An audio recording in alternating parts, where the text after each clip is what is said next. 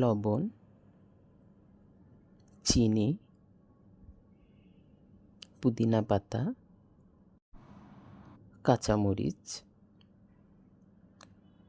লেবু, আম। এখানে আমি একটা বড় আম ছোট ছোট টুকরো করে কেটে নিয়েছি। এখন দিয়ে দিচ্ছি সেই কেটে রাখা আম,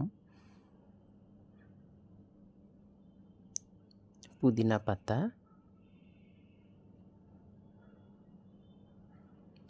2 টেবিল চামচ চিনি,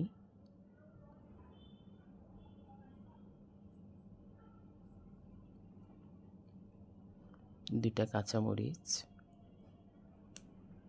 দিয়ে দিচ্ছি হাফ চামচ লবণ, হাফ চামচ বিট লবণ, হাফ চামচের কম গোলমরিচ। এখন একটা লেবুর পুরোটা জুস দিয়ে দিচ্ছি। এখন অল্প পানি দিয়ে ব্লেন্ড করে নেব। হাফ কাপ পানি ব্লেন্ড করে নিচ্ছি।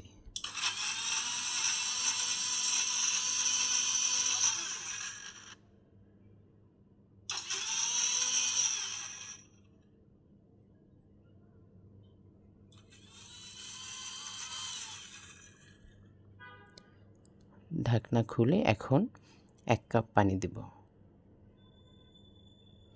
এখন আবার একবার ব্লেন্ড করে নেব।